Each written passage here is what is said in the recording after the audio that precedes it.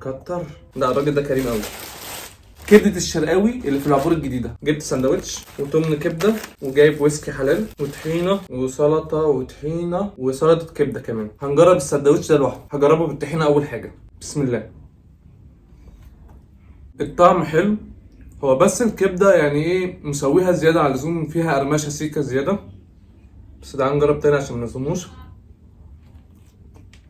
نخش بقى على الافتكاسه. هجيب العيش واحط فيه اونيون رينجز، طماطمايه، حبه خيار مخلل وهالبينو وكابوتش، حبه كبده، برجر كبده رده. نقول بسم الله.